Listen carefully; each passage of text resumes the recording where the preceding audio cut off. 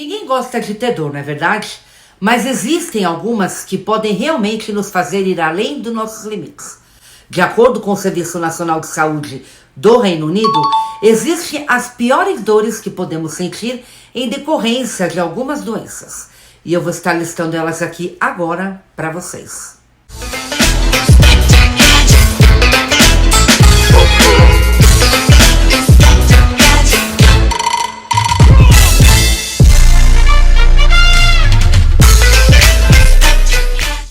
Primeiramente, boa noite a todos, e é muito bom estar com todos vocês novamente, meus amigos. Fratura óssea. Só quem já rompeu um osso sabe o quanto isso pode ser doloroso, além de nos deixar inchados.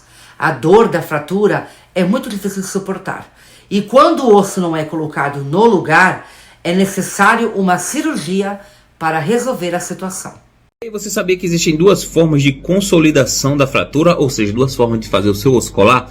Então, existe a direta e a indireta. A forma direta é quando você passa por um procedimento cirúrgico e a colocação de uma placa, ou seja, vai fazer com que as duas partes dos ossos fraturados se unam ali, fiquem mais próximos possível. E dessa maneira não há aparecimento do calo ósseo. E a forma indireta, por exemplo, gesso, ou seja, a sua fratura ela vai consolidando ali com o tempo, tá bom? Para uma ou para outra vai depender muito aí da avaliação do seu médico ortopedista, onde ele vai avaliar a sua fratura, a gravidade, enfim, e optar por uma dessas formas aí para ajudar o seu. Cefaleia em salvas. Esse é um dos piores tipos de dor de cabeça, que age em ciclos, intercalando extrema dor com uma sensação de melhora. Quando experimentamos essa dor, também podemos ter olhos lacrimejantes e narizes congestionados. Uma dor de cabeça muito forte, tá? É a dor, talvez a dor mais forte que o ser humano possa experienciar. E pessoas que têm cefaleia em salvas e quebraram ossos, tiveram dor do parto, pedra no rim, relataram as salvas como sendo mais forte do que essas dores. Nossa, então é muito forte. É só de um lado. Tá? Só de um lado, dura menos do que a enxaqueca, tá? Pode ser de 15 minutos até 180 minutos, mas na média de 30 a 45 minutos. Tem um horário que ela gosta de aparecer, às vezes de madrugada, às vezes algum horário do dia.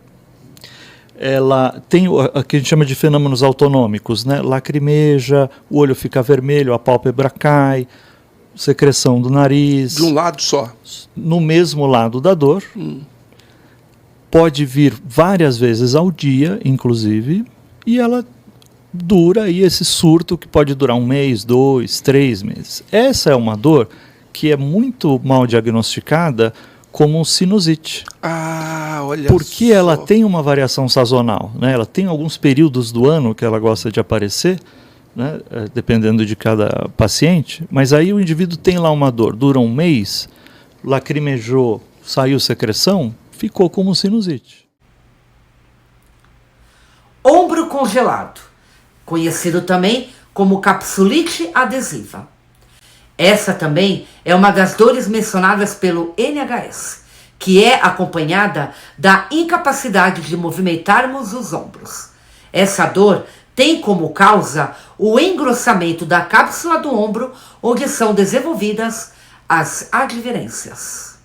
A condição que eu estou me referindo é a capsulite adesiva, uma condição que vai girar com os 2 principais sintomas que eu disse, que são dores intensas e a perda de mobilidade desse ombro. E a ordem de perda da mobilidade vai ser rotação interna, rotação externa, flexão e elevação lateral. É dessa forma que se perde a mobilidade do ombro. E muitas das vezes o paciente já está no consultório com o ombro totalmente imóvel e com muita dor. Então hoje eu vou falar de 2 pontos muito importantes, que é o diagnóstico precoce, vai interferir no tratamento, no tempo de tratamento. Quanto mais cedo se diagnostica, menos tempo se investe para recuperar a função do ombro. E o segundo ponto é os fatores que podem predispor, aumentar o risco de se ter essa doença, que vai ser o diabetes e as imobilizações. Infarto. O infarto não podia deixar de estar na nossa lista, não é verdade, pessoal? Ele se caracteriza pela obstrução de alguma artéria coronariana, causada por placas de gordura, que impede a chegada do sangue até o coração. A dor intensa no peito, como sentimento de pressão, é um dos seus sintomas mais comuns, que também pode ser acompanhado de suor frio, enjoo, entre outros. É necessário buscar ajuda imediata se deparar com essa situação. Infarto agudo do miocárdio, quando tem uma placa de gordura e ela entra na artéria do coração, chamada de coronária, e ela entope. Pode ocluir só um pouco ou completamente. E essa dor normalmente piora os esforços. Quanto mais esforço, maior a dor. E essa dor torácica pode ser uma angina também. Só que a diferença de angina para uma dor de infarto é que depois de uns 15 minutos passa. Mas no fim tudo é infarto. Essa angina é como se, entre aspas, fosse um início de infarto. Aqui início de infarto não existe, né? Ele já está infartando com angina. Só que é bem o comecinho da doença. É numa besteira assim, numa dor que você tem, que você acha que não é nada, que você morre. O infarto dificilmente vem sem avisar. Ele sempre avisa, só que a gente não consegue entender os avisos dele. Primeiro, dor no peito em aperto ou queimação. Segundo, essa dor irradia para o braço esquerdo, mas também pode irradiar para cima, para o pescoço, para a mandíbula, né? Ele sobe aqui, ou para as costas. Essa é a dor típica de infarto. Pode ser também que ela irradie, por exemplo, para a boca do estômago ou até para a parte de dentro do braço direito, mas daí a gente chama de dor atípica. Pode ser infarto, mas talvez não seja. Mas pode ser. É isso que significa dor atípica. Hérnia de disco.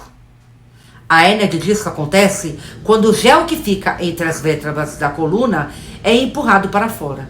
Os pacientes sentem muita dor, porque começa a acontecer um atrito entre os ossos. É praticamente incapacitante. Então, o que é a hérnia de disco? A hérnia de disco é um acidente no meio desse processo todo de envelhecimento. Então, você estourou o disco no meio desse processo todo de envelhecimento. Rompeu.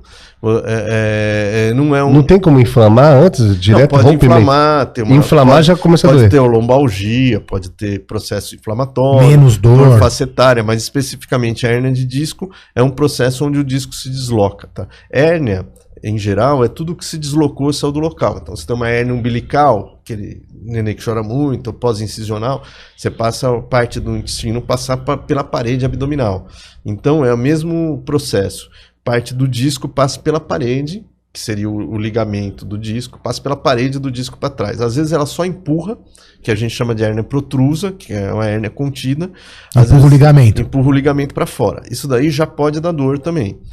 Até porque o ligamento também é inervado, então ele já pode ter dor. E outras vezes ela rompe totalmente o ligamento e sai. Tá? Quando ela rompe e sai, que a gente chama de extrusão. Então um pedaço do disco foi posto para fora, foi extruso. Em qualquer altura tem essa situação. Uma extrusão discal. Anemia falciforme.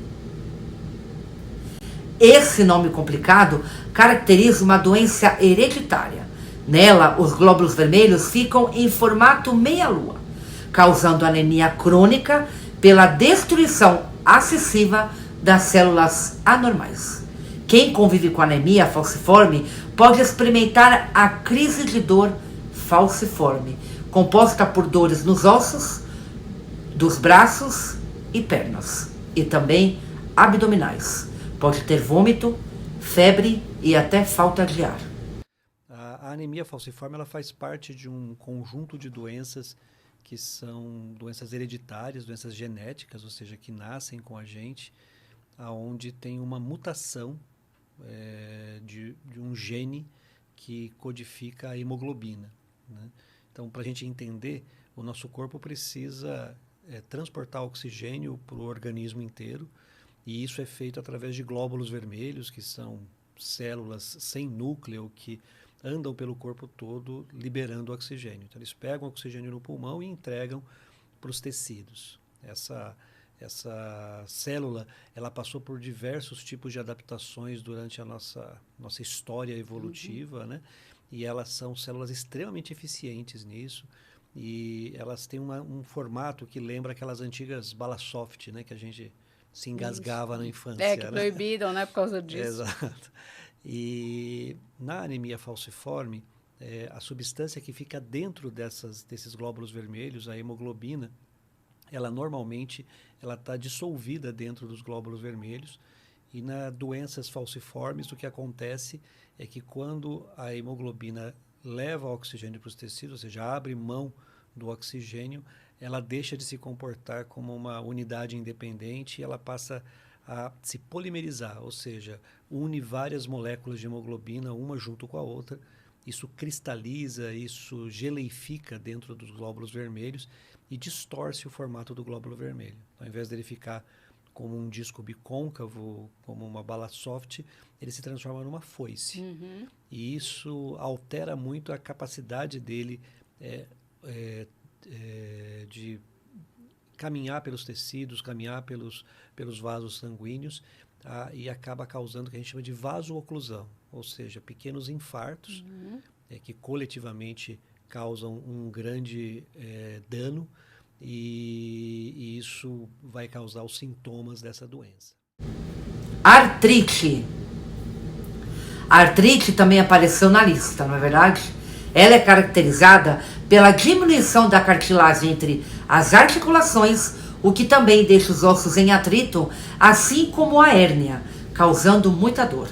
Comum, especialmente durante o envelhecimento, ela pode ser agravada por atividades que envolvem a sustentação de peso, até mesmo as mais simples, como se manter de pé.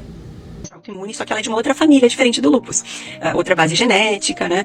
E é uma doença que vai ter uma inflamação também sistêmica, ela não é localizada apenas nas articulações, e a gente vai ter como característica muita dor, inchaço nas juntas, uma limitação, a pessoa não consegue flexionar os dedos, não consegue segurar uma xícara, né? Tem muita rigidez, principalmente de manhã, na primeira hora do dia, do momento que a pessoa acorda, contando 1 hora pra frente, aquilo é muito, olha, eu não consigo fechar as minhas mãos quando eu acordo de manhã. Aí vai passando o tempo, mais próximo do meio-dia, por exemplo, minha mão já tá fechando normalmente. Então, isso é um sintoma, se chama rigidez matinal.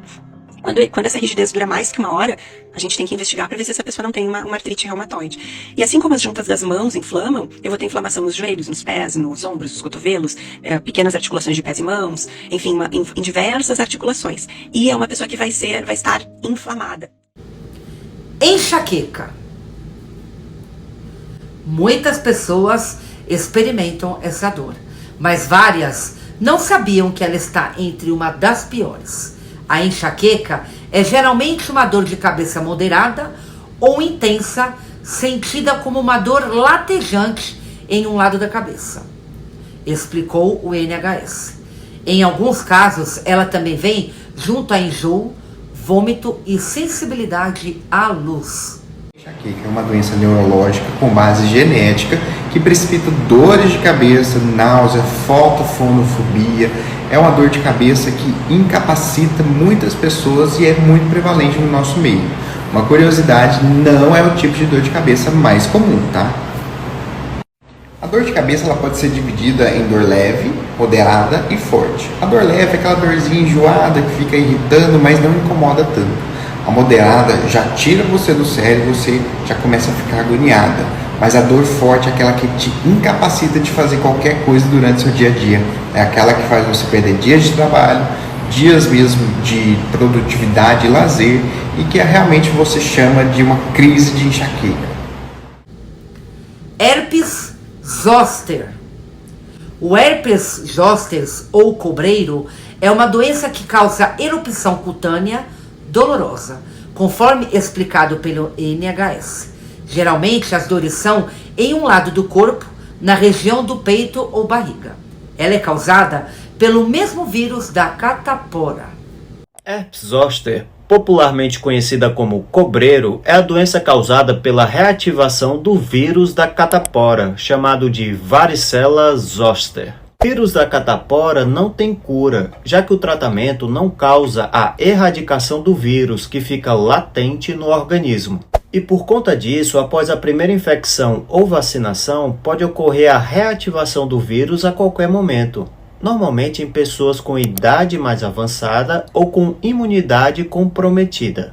E olha que curioso, o vírus da catapora ele gosta de ficar dormente em tecidos do seu sistema nervoso sensitivo. E quando ocorre a sua reativação, ele ressurge na forma da herpes zoster ou cobreiro, que tem lesões iguais às da catapora, porém delimitada somente ao seu dermátomo sensitivo. Assim como a catapora, o contato com o zoster é muito contagioso e as suas lesões costumam causar muita dor e alterações sensitivas. Se não for adequadamente tratado, pode complicar com infecções bacterianas secundárias, por exemplo. Por isso, sempre busque assistência médica. Dor no pós-cirurgia. As dores do pós-operatório de determinadas cirurgias também estão nessa lista. Vou conversar com vocês aqui sobre dor no pós-operatório. Gente, é normal sentir dor. Uma vez eu vi um cirurgião falando que se sentir dor tá errado. Claro que não. Tem pacientes que têm menos dor, tem pacientes que têm mais dor. O que eu quero conversar com vocês? O que não pode é a paciente se entregar no pós-operatório. Estou com um caso assim agora, a paciente não está levantando da cama, não quer tomar banho, porque está com dor. Não pode. Favorece trombose, dificulta a recuperação. Quando ela começar a se mexer, vai doer do mesmo jeito e a paciente incha mais. Então é mais um conselho para quem opera comigo, com outros cirurgiões, está sentindo dor, tenta não ficar totalmente entregue na cama em repouso absoluto. A gente chama de repouso relativo. Dor no nervo ciático. Você certamente já viu pelo menos uma pessoa reclamando da dor de nervo ciático, não é verdade? E não foi à toa. Quando acontece uma inflamação ou compressão no maior osso do corpo, é comum que os pacientes tenham muitas dores, que se assemelham a uma inflamação ou até mesmo de facas, pessoal. Também podem sentir dormência da cintura para baixo, em um dos lados da perna. Eu sou terapeuta especialista em coluna e o meu objetivo é te ajudar a ficar livre das dores da coluna que tanto te atrapalham no dia a dia. O nervo ciático é um nervo que sai da coluna lombar, desce por todo o membro inferior, passando ali pelas nádegas, coxa, panturrilha, chegando até o pé. O que você deve saber é que a principal causa de dor pelo nervo ciático são as hérnias discais. A hérnia de disco é quando o centro do disco intervertebral, que é o amortecedor da nossa coluna, ele desloca para fora dos seus limites de normalidade, vindo a tocar, a comprimir o nervo ciático. Quando isso acontece, a dor é desencadeada ao longo do seu trajeto. E esse tipo de dor geralmente não melhora com medicamentos, apenas tem algum alívio, mas os medicamentos não resolvem esse problema. Isso acontece porque a dor não é uma dor inflamatória, e sim uma dor compressiva. A dor só será eliminada quando a hérnia de disco deixar de tocar o nervo ciático. E isso pode acontecer de forma natural pelo corpo, mas também através de tratamentos específicos, através de fisioterapia especializada. Então, se você sente essas dores, procure um fisioterapeuta especializado que ele vai te ajudar. Pedras nos rins. Essa também é uma das piores dores que podemos sentir, focada na região abaixo das costelas, podendo se irradiar. Ela vem junto de vômito e náuseas também. A dor que essas pedras causam é uma das piores dores da parte abdominal. Mas o que são pedras nos rins? Elas também são chamadas de cálculos renais. São formações endurecidas, construídas por cristais minerais presentes na urina. Ela pode não provocar sintomas, ser eliminada sem a gente perceber. Mas geralmente quando ela vem com uma dor muito forte que começa nas costas e se irradia para um dos lados do abdômen, para um lado só. Parece uma cólica. Ela vem, atinge o pico intenso, depois alivia um pouco e volta outra vez. Outros sintomas que acompanham essas crises são enjoo, vômito, necessidade frequente de urinar, e ao mesmo tempo que o fluxo urinário diminui ou para completamente. O tratamento deve ser feito primeiro com medicamentos para aliviar a dor, que é muito forte, até que a pedra seja eliminada espontaneamente pela urina. Quando isso não acontece, há necessidade de cirurgias que podem fragmentar e retirar o cálculo, dependendo do tamanho dele. As principais causas para os cálculos renais costumam ser o histórico familiar, volume insuficiente de urina, urina supersaturada de sais, uma ingestão baixa de líquidos e dietas pouco saudáveis, como aquelas ricas em sal, açúcar, proteína e cálcio. Para evitar a formação de cálculos, procure se hidratar regularmente e mantenha uma dieta balanceada, dando preferência aos verdes, às saladas, aos legumes e aos vegetais de um modo geral. Síndrome da dor regional complexa. Essa doença acostuma surgir após uma lesão nas mãos ou nos pés e acontece com muita intensidade no corpo, com uma duração elevada. Gente, vamos falar de síndrome da dor complexa regional, também conhecida como distrofia simpático-reflexa. É uma condição que causa dor forte que não melhora. Ela normalmente afeta apenas um dos braços ou uma das pernas após uma lesão ou do mesmo membro. Entretanto, o que acontece é que a reação do corpo à lesão é maior do que o usual e pode afetar mais do que o próprio membro inicial que teve a lesão inicial. Ela pode ser dividida em dois tipos. A tipo 1 ocorre após uma lesão no membro, porém sem lesão do nervo. A tipo 2 ocorre após um nervo lesionado no membro afetado. Qualquer pessoa pode ser afetada pela síndrome, incluindo crianças. A doença afeta mais comumente as mãos, os punhos, tornozelos e pés, mas às vezes todo membro pode ser afetado, como por exemplo um braço inteiro ou uma perna inteira. A dor é o principal sintoma. Ela pode ser do tipo de queimação, pontada, picada, latejante. O membro afetado fica extremamente mais sensível ao toque. Mesmo o peso da roupa pode desencadear uma dor grave. A região dolorosa está normalmente inchada, ou seja, demasiada, que pode levar a uma rigidez. Após um tempo, os músculos do membro afetado podem enfraquecer. O controle dos movimentos podem sim ficar comprometido. O tratamento é desafiador, mas possível. Com os avanços da intervenção em dor, conseguimos tratar. Uma das opções de tratamento é o implante do eletrodo de neuroestimulação medular. Nós aqui na clínica temos feito com bastante sucesso esse procedimento. Temos conseguido ter um gerenciamento da dor nos pacientes com essa síndrome. Neuralgia do trigêmeo, conhecida como tique doloroso. Essa dor facial intensa acontece por conta da disfunção do quinto nervo craniano, nervo trigêmeo. Ele é responsável por transportar informação sensitiva do rosto até o cérebro e controla os músculos envolvidos na mastigação. A dor intensa pode acontecer de maneira espontânea ou quando tocamos em um gatilho no rosto. Ela pode se tornar incapacitante. Considerada uma das piores dores do mundo, a nevralgia do trigêmeo afeta o nervo trigêmeo, nervo esse localizado na nossa face. O paciente pode sentir pontada, agulhada, fisgada, uma dor muito intensa na face, que pareça com uma dor de dente. O que causa a nevralgia do trigêmeo? Eu quero que você pense nesse momento comigo que os nossos nervos, eles são como fios de energia. Esse fio de energia, ele passa uma condução de uma via para outra. Porém, esses fios, eles estão em volta de uma película, uma capa, e os nossos nervos também têm essa película e essa capa. E uma das causas da nevralgia do trigêmeo é a compressão vascular.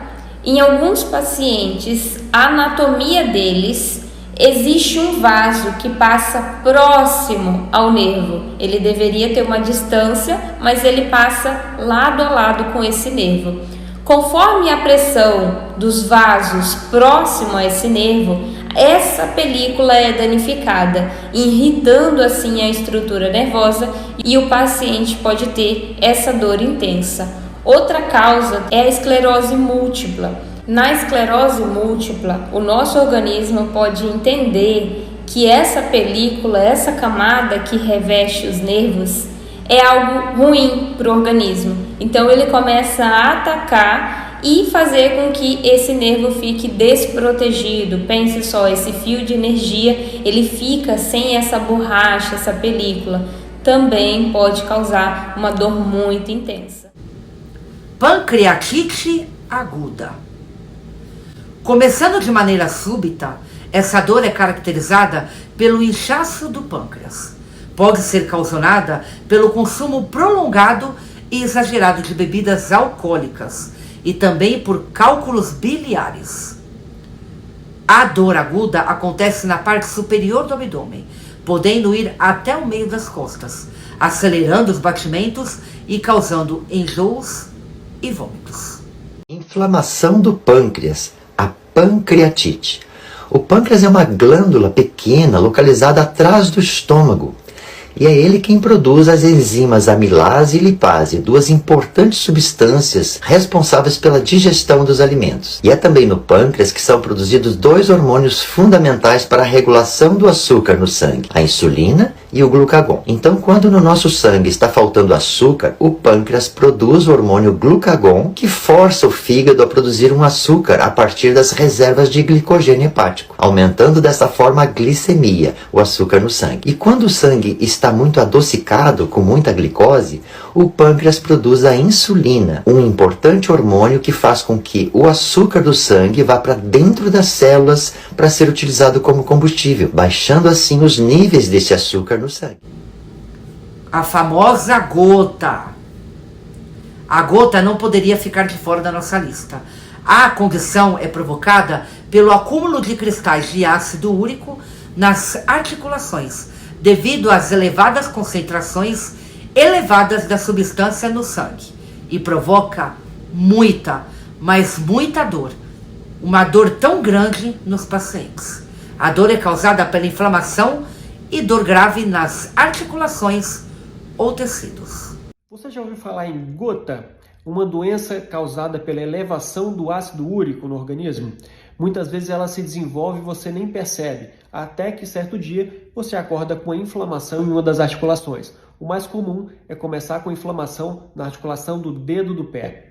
Acorda vermelho, quente, muito doloroso. Isso pode ser um sinal que você está desenvolvendo uma artrite gotosa, que é uma artrite provocada por ácido, por cristais que você desenvolve quando tem o ácido úrico muito alto. Na verdade, o tratamento é muito além do que simplesmente tratar a inflamação. Você precisa tratar a causa de ter esse ácido úrico elevado. Muitas vezes isso é um processo inflamatório do seu corpo inteiro que está causando esses sintomas. Úlcera estomacal. Segundo o NHS, o sintoma mais comum de uma úlcera no estômago é uma dor ardente ou lacinante que se desenvolve no abdômen.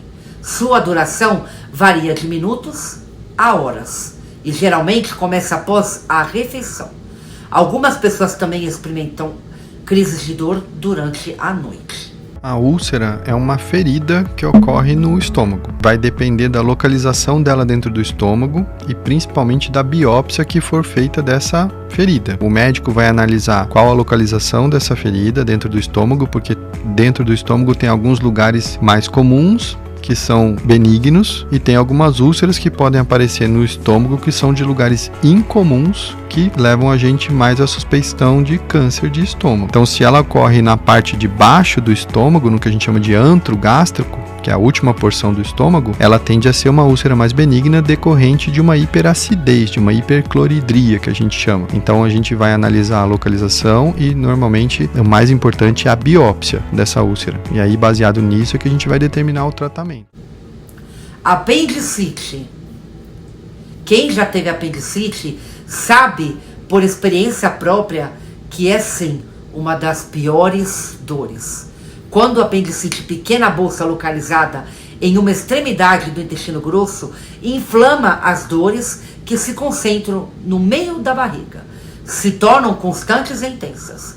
Se trata de uma condição urgente em que é preciso cirurgia.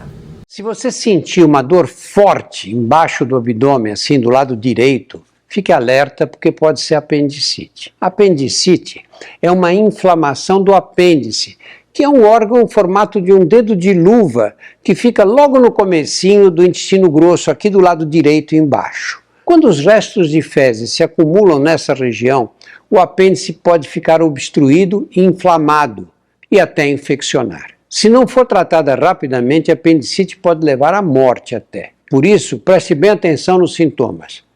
Falta de apetite, dor na altura do umbigo que começa fraca e vai aumentando de intensidade, febre, problemas intestinais, náuseas, vômitos e mal-estar geral. Salvo em casos excepcionais, o tratamento consiste na retirada cirúrgica do apêndice. Então, se você tiver esses sintomas, já sabe, procure ajuda imediatamente.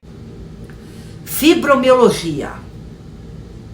Entre principais sintomas da fibromialgia estão dor muscular, difusa crônica associada à fadiga, depressão e distúrbio do sono, enxaqueca, síndrome do colo irritável, parestesias, zumbido e vertigem. Todas elas podem causar muita dor e afetam diretamente na qualidade de vida dos pacientes. Então, a fibromialgia ela é uma síndrome clínica, ou seja, ela é um conjunto de sinais e sintomas. Antigamente, denominava-se apenas como se fosse uma doença de dor crônica em vários pontos do corpo. Tanto é que o diagnóstico era apenas a palpação dos pontos dolorosos. Antigamente. Hoje em dia, nós sabemos que a fibromialgia, ela tem uma característica principal de ser dor crônica difusa em vários pontos do corpo. É uma dor em várias partes do corpo, porém, tem que haver outros sinais e sintomas associados. Que aí vem, a gente considera síndrome do intestino irritável, dor de cabeça também faz parte, a fadiga, o sono não reparador ou insônia, distúrbios do sono de uma forma geral. Nós temos também a questão dos déficits cognitivos, que é o fibrofog. Então, hoje em dia, o termo fibromialgia, ele tem uma abrangência. Ele não é apenas dor crônica. Endometriose. A endometriose acontece quando o tecido endométrio, que fica dentro do útero, inflama. O normal é que grande parte desse tecido seja eliminado durante a menstruação das mulheres. No entanto, quem tem endometriose, as células não são eliminadas e acabam sendo direcionadas para outras áreas da cavidade abdominal, formando nódulos inflamatórios conforme se multiplicam. As dores podem ser muito intensas, muitas vezes fazendo com que os pacientes precisam ser até internados. Onde que fica o bebê ali dentro do útero. Essa camada é composta de células endometriais. Por algum motivo, essas células endometriais vão aparecer fora do útero. Essas células endometriais fora do útero a gente chama de endometriose. Então é um tecido endometrial fora da cavidade do útero. Simplesmente isso. Agora, o que essas células fazem fora, que é o grande problema, que podem dar inflamação, que elas grudam em outros tecidos, né? Pode dar inflamação, pode dar aderência, e isso que causa muita dor e vários outros sintomas. Realmente, sentir dor, pessoal, é horrível. Na verdade, deixa a gente louco, tira a gente do nosso prumo e deixa a gente fora do nosso comum. Não é verdade? Eu espero que nenhum de vocês tenham sentido essa dor, pessoal, porque realmente dor é extremamente horrível. Bom, pessoal, vou me despedindo de vocês, vou ficando por aqui. Eu espero que vocês tenham gostado do vídeo, eu espero ter levado conhecimento para vocês, e eu espero ter te ajudado de alguma forma com ele. E espero que todos fiquem bem. Muito obrigado por tudo, pelo apoio de vocês. Vocês me deixam muito feliz por vocês estarem fazendo o meu sonho se tornar realidade, né, pessoal? Então eu vou ficando por aqui. Um grande beijo, um grande abraço e a gente se encontra no próximo vídeo, meus amigos. Mua!